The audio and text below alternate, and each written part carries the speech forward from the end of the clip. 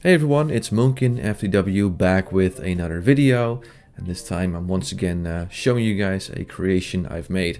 I'm sorry for the long pause between my videos, but I've been on a bit of a hiatus, doing other things, checking out other games, and also I've been kind of creatively bankrupt, so to say. And when I don't really have a cool idea, I'm not going to force myself to make roller coasters because, of course, this is all for fun. But recently I had an idea floating around in my head, and I decided to kind of work that out. And the idea was to once again create kind of a fast-paced but still very flowy, very smooth roller coaster, but one that actually sticks very low to the ground. And this is the result. So this is Riptide, as you can see right here. And just like my previous coasters, this involved a lot of work, not just in terms of the coaster, but also the custom scenery. So let me go and open the interface here. And yeah, we can go ahead and check out the ride a little bit. So it involves a lot of custom scenery. I mean, you can just see that in terms of the supports, I'm using Moby Steel Jungle. And yeah, there's a lot more to it. I used a foliage set to also give it a lot more foliage and lots of more detail. Rocks and everything, and custom trees. And you know, like I said, the coaster itself really had to be very fast, flowy, not too janky, which is of course always a bit of a challenge in RCT3 to try and make something that is actually quite smooth and realistic. But that's also part of the challenge. So as you can see, everything is fully decorated with custom paths from BC's Path Mods. It has fences, custom benches and everything, rocks, tons of foliage. As you can see, I actually put a lot of effort into the foliage as well, with all these small little bushes and everything, like tree stumps and tree logs on the ground. There's just a lot of detail that comes to this ride. Now, what I like to do these days is also kind of accompany the ride with a few flat rides, so it's not just one roller coaster in the middle of nowhere. So I build a chair swing here, I build a Ferris wheel right here, and a, is it called double sky wheel? Double sky wheel, there we go.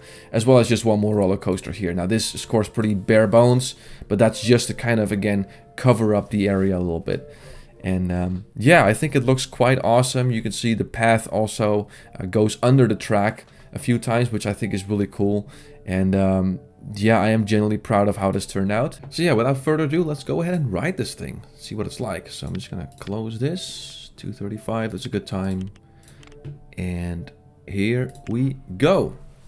I'm gonna start off with a kind of a launched start into a slow or like a low lift hill. Make a turn to the right, and then into a half corkscrew into a dive loop. We go under the path. I really like this part. Into another dive loop corkscrew. Some quick turns into this tilted loop, which also looks really cool in my humble opinion. And we're next to the mine train coaster. As you can see, the FPS is dropping a bit because of all the foliage. That's a bit of a shame. Some fast turns here around this little flower area into this medium 0G roll. And as you can see, everything kind of flows nicely into this large helix and then small helix. And then into this kind of few turns, one final 0G roll, and a banked turn back to the station. And there you go. That is Riptide. As you can see, in terms of coaster design, it's not super crazy, but it's still a really fun ride. It kind of has Maverick vibes, or basically, I don't know, like more like a Intimate Blitz type roller coaster. And it was really fun to make. It was also quite, yeah, I would say decently time consuming, just because there's so much detail. And that's kind of a shame, because the detail looks really nice, but it really tanks the FPS in RCT3. And it really cannot handle a lot of particles, which is kind of a shame. So, yeah, there you go, guys. That is video. Again, I apologize that I've been kind of absent.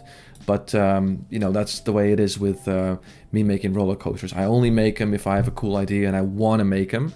And, yeah, if I don't have any ideas for a while, then there's no roller coasters. That's just how it goes. But, yeah, as always, I want to thank you for watching this video. And I'll see you guys in the next one. But until then, have yourself a wonderful day.